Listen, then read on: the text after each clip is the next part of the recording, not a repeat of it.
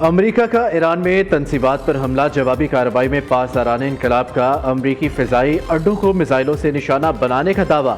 سینڈکوم کا کہنا ہے امریکی طیارے نے داغے گئے 4 ایرانی ڈرونز کے جواب میں گوروک اور جزیرہ کشم میں ریڈار تنصیبات کو نشانہ بنایا۔ امریکی فوج نے تمام ایرانی ڈرونز کو مار گرایا۔ پاسداران انقلاب کا کہنا ہے 4 ٹینکروں پر فائرنگ بھی کی جو بغیر اجازت آبِ ہرمز عبور کرنے کی کوشش کر رہے تھے۔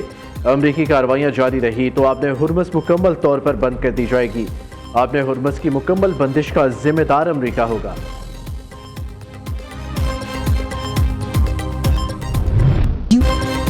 ایران کے پاس صرف 21 سے 22% میزائل باقی ہے۔ اس کے پاس بالآخر معاہدے کے سوا کوئی راستہ نہیں ہوگا۔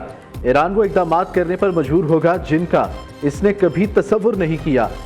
صدر ٹرمپ کا NBC نیوز کو انٹرویو، کہا جنگ کے حل میں وقت لگتا ہے، یہ کام فوری نہیں ہوتے۔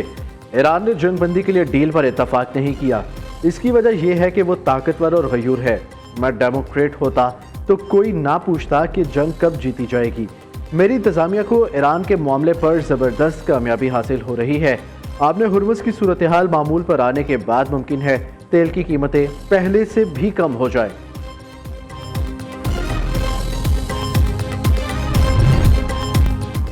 ایرانی سپریم لیڈر اور امریکی صدر کی ملاقات حقیقت پسندانہ نہیں، ڈونلڈ ٹرمپ حقیقی دنیا میں نہیں رہ رہے۔ ایرانی وزیر خارجہ عباس اراغچی کا کہنا ہے جس وقت آیت اللہ خامنئی کی شہادت ہوئی میں اسی دفتر میں تھا۔ میں آیت اللہ خامنئی کے دفتر کے ملبے سے نکلا۔ سعودی عرب خطے کا بڑا ملک اور اہم کھلاڑی ہے۔ ایران سعودی عرب مل کر خطے میں امن، استحکام اور ترقی لا سکتے ہیں۔ ایران ہمیشہ سعودیہ سے تعلقات کو اہمیت دیتا رہا ہے۔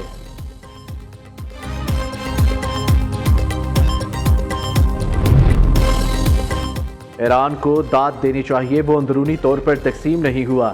ایرانی سوسائٹی مسلسل مضبوط ہو رہی ہے۔ روسی صدر پوٹن کا کہنا ہے ایرانی قیادت نے عوام سے اپیل کی تھی ملک کے لیے جان قربان کرے۔ 50 لاکھ افراد نے وطن پر جان قربان کرنے کے لیے لبیک کہا، یہ ہمیشہ یاد رکھنا چاہیے۔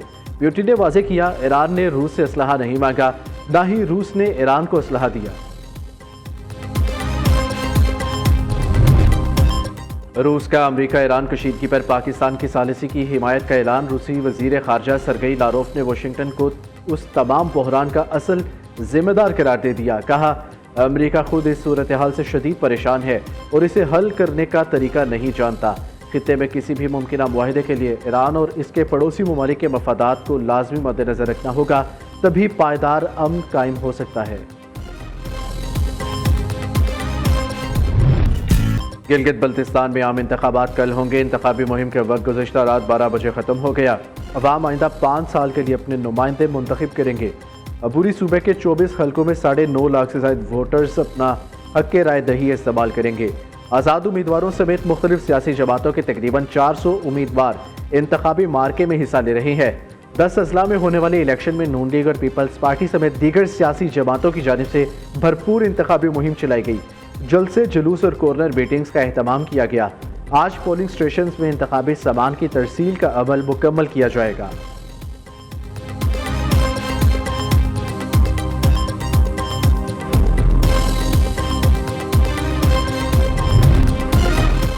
دو سابق وزرائے اعلیٰ بھی گلگت بلتستان اسمبلی کے انتخابات کا حصہ۔ ایک سابق گورنر، ایک سابق وزیر اعلیٰ کی والدہ اور موجودہ گورنر کا بیٹا بھی میدان میں۔ سابق گورنر راجہ جلال حسین مقبول کا موجودہ گورنر سید مہدی شاہ کے بیٹے توقیر مہدی شاہ سے مقابلہ۔ سابق وزیر اعلیٰ حافظ الرحمان کا پیپلز پارٹی کے جمیل احمد سے جوڑ پڑے گا۔ سابق وزیر فتح اللہ اور آزاد امیدوار عتیق پیرزادہ آمنے سامنے۔ سابق وزیر اعلیٰ خالد خورشید کی والدہ شاہدہ خورشید کا نون لیگ کے فرمان علی اور پیپلز پارٹی کے میجر فہد حنیف خان سے کانٹے کا مقابلہ متوقع۔ آپ کی سیٹ چھینے گئے تھے، آپ کے ووٹ پہ ڈاکہ مارا گیا تھا۔ اس دفعہ آپ نے فارم 45 کا بندوبست کرنا ہے۔ ہم مل کے آپ کا ووٹ کا تحفظ کریں گے۔ گلگت بلتستان کی آواز ہم نے اسلام آباد تک پہنچانا ہے، عالمی دنیا میں پہنچانا ہے، تو آصف علی زرداری سے بہتر کوئی اور نمائندہ ہے۔ بلاول بھٹو کا گلگت میں جلسہ، جیالوں کو فارم 45 کی حفاظت کی ہدایت۔ چیئرمین پیپلز پارٹی کی شاہی پولو گراؤنڈ میں خطاب کرتے ہوئے مسلم لیگ نون پر نام لیے بغیر کڑی تنقید، کہا 90 کی دہائی کے سیاستدانوں کو ماڈرن دور کا علم ہی نہیں۔ بلاول بھٹو نے خطے کی جنگ کے معاشی بوجھ کا ذکر کرتے ہوئے امن کے لیے فیلڈ مارشل سید عاصم منیر کی کوششوں کی کامیابی کی دعا بھی کی۔ چیئرمین پیپلز پارٹی اور آصفہ بھٹو اسلام آباد پہنچ گئے۔ بلاول بھٹو کی آج بجٹ سے متعلق حکومت سے اہم ملاقات متوقع۔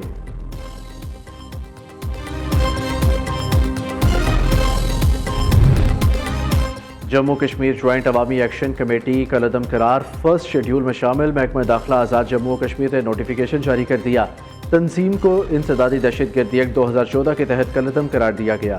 حکومت آزاد کشمیر کا کہنا ہے ریاست میں امن، قانون کی عملداری اور عوامی تحفظ کو یقینی بنایا جائے گا۔ محکمہ داخلہ کے مطابق کسی بھی تنظیم کو عوامی امن، سلامتی اور ریاستی نظم کو خطرے میں ڈالنے کی اجازت نہیں دی جائے گی۔ حکومت نے مسلسل تیسری بار پیٹرول سستا کر دیا۔ پیٹرول 4 روپے لیٹر سستا، نئی قیمت 377 روپے 78 پیسے مقرر۔ ڈیزل کی قیمت 380 روپے 78 پیسے فی لیٹر برقرار۔ شہریوں کا پیٹرول کی قیمتیں مزید کم کرنے کا مطالبہ۔ پیٹرول کی قیمت میں کمی سے شہریوں کو سفری اخراجات میں کچھ ریلیف ملنے کی امید، کہتے ہیں حکومت کو چاہیے مزید ریلیف دے، مہنگائی بہت ہو گئی ہے، عام آدمی کا گزر بسر بھی مشکل ہے۔